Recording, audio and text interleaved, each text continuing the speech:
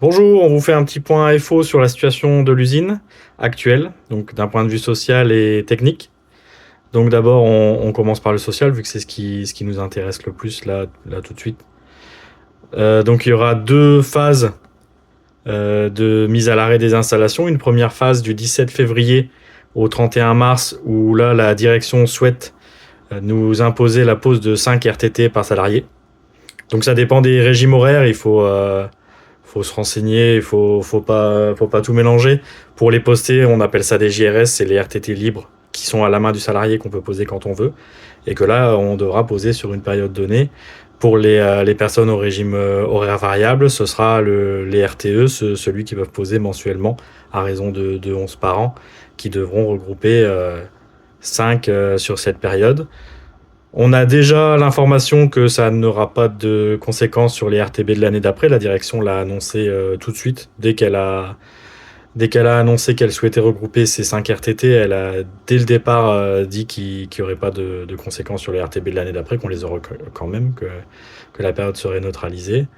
Donc sur cette période, il faudra qu'on pose tous 5 RTT qui sont normalement à la main du salarié. C'est un effort du salarié qui est fait pour pallier à la baisse d'activité. Si vous aviez programmé des CP sur cette période, n'hésitez pas à retirer vos CP, les garder pour avril-mai et mettre des RTT à la place. Ça peut fonctionner très bien. Surtout que les CP sont un peu mieux rémunérés que les RTT, donc les poser plutôt sur une période où il y aura du chômage partiel, ça peut être intéressant. Mais bien évidemment, chacun fait ce qu'il veut de ses jours, hein. Il y aura ensuite une deuxième phase sur avril-mai où là, le chômage partiel va être mis en place. Donc, il y a une partie du personnel qui est évidemment pas concernée. Donc d'abord, il y a tous ceux qui travaillent en lien avec l'atelier AFNIUM, que ce soit les postés ou les journaliers, les fonctions support de cet atelier qui continuent de tourner normalement en fonctionnement phase de production. Donc ces personnes-là ne sont pas concernées. Les personnes qui bossent sur le projet SAP à la journée ou au niveau ingénieur et cadre, les ingénieurs à cadre, dans leur ensemble d'ailleurs, ne sont pas concernés par le chômage partiel sur cette période. Donc pour tous les autres, la direction a annoncé un maintien de l'effectif à 50% de l'effectif. Donc c'est pas tout à fait la même chose que 50% de chômage partiel. Ça veut pas dire qu'individuellement, on va tous avoir la moitié de notre temps en chômage partiel. Ça va dépendre des services, ça va dépendre de l'organisation, ça va dépendre aussi des personnes qui sont présentes dans vos équipes, des congés, des maladies.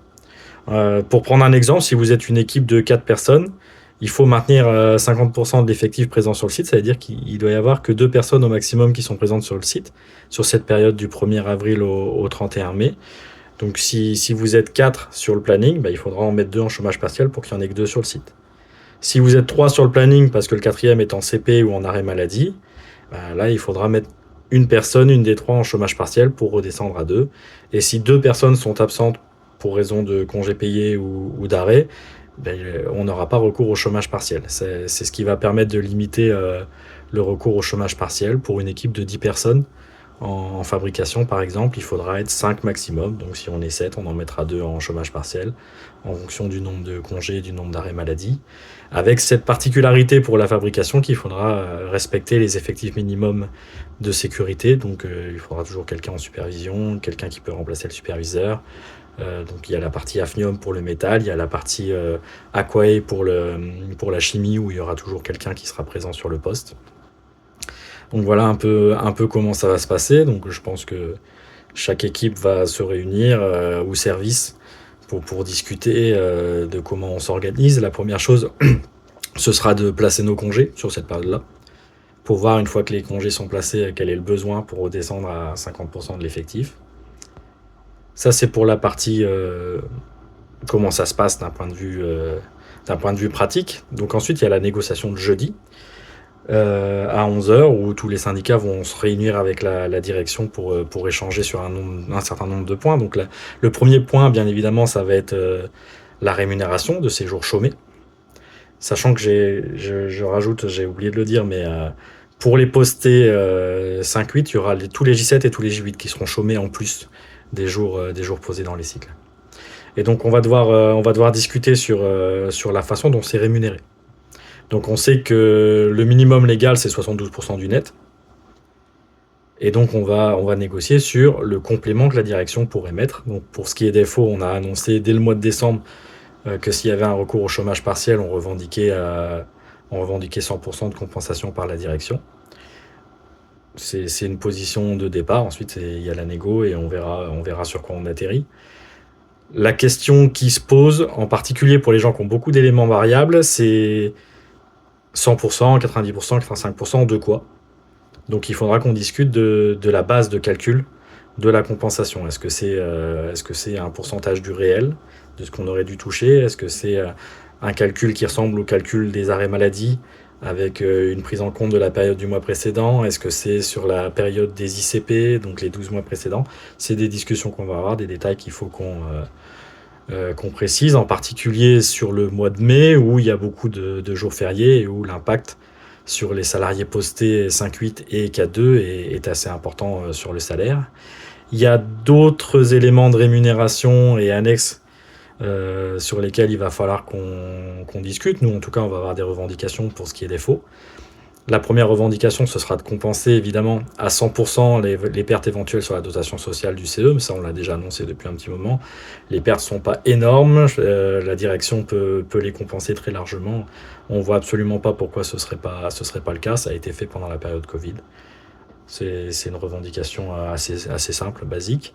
Il faudra également demander à ce que les périodes d'absence en chômage partiel soient neutralisées si elles ont un impact sur des rémunérations variables, telles que l'intéressement ou la prime de production par exemple.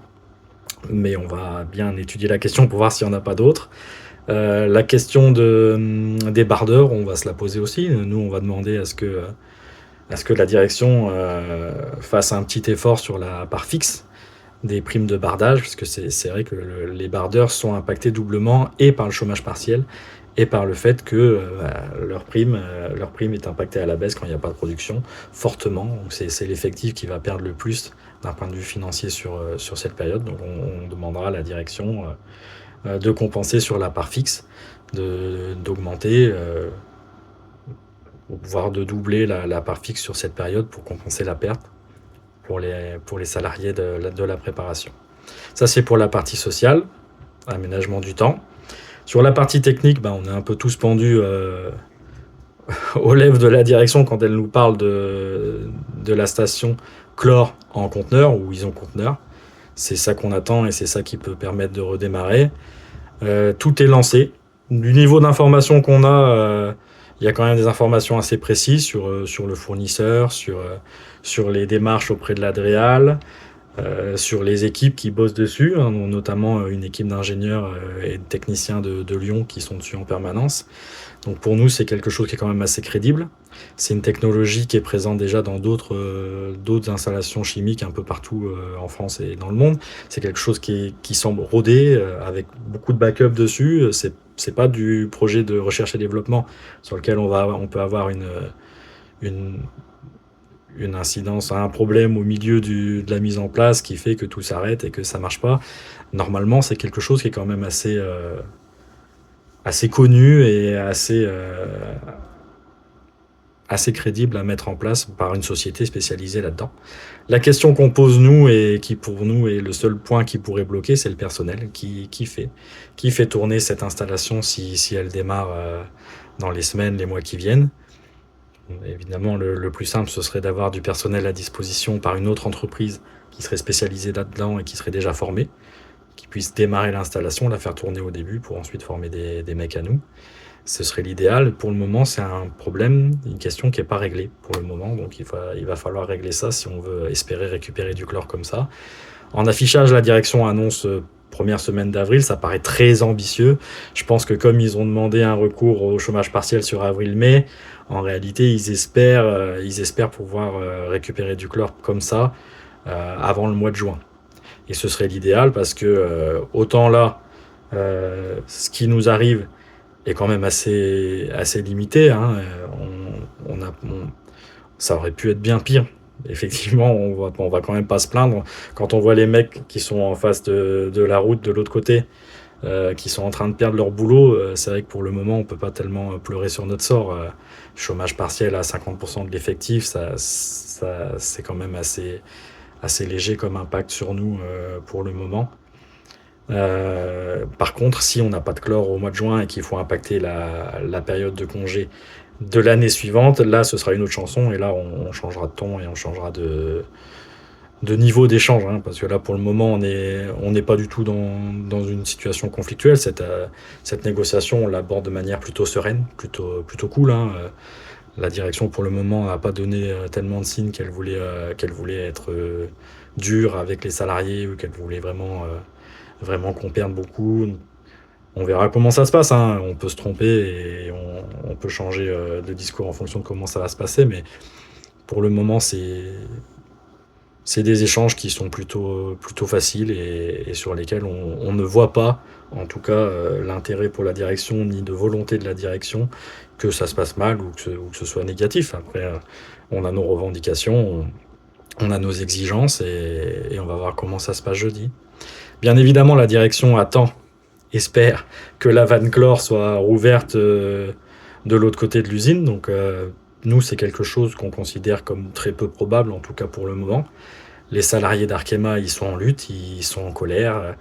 Leur direction se comporte vraiment très mal vis-à-vis d'eux. Il y a beaucoup de mépris. Ils veulent tout fermer, ils veulent tout casser très rapidement. Donc on les soutient dans leur lutte, on les soutient dans leur colère. Ils considèrent eux que maintenir cette vanne chlore fermée, c'est leur rapport de force et c'est avec ça qu'ils peuvent peser pour essayer d'obtenir des choses. Et éventuellement une intervention de l'État ou extérieure pour essayer de sauver leur boulot, de sauver leur métier. Donc on les soutient à 100% là-dessus. On a appelé à la grève quand ils ont fait leur grosse manif le 5 février. On le refera s'ils font d'autres grosses manifs. On va les voir, on va avec eux sur le piquet de grève régulièrement. Et pour nous, c'est pas le sujet. Ils mènent leur lutte. Ils font ce qu'ils ont à faire. On n'a pas à s'en occuper.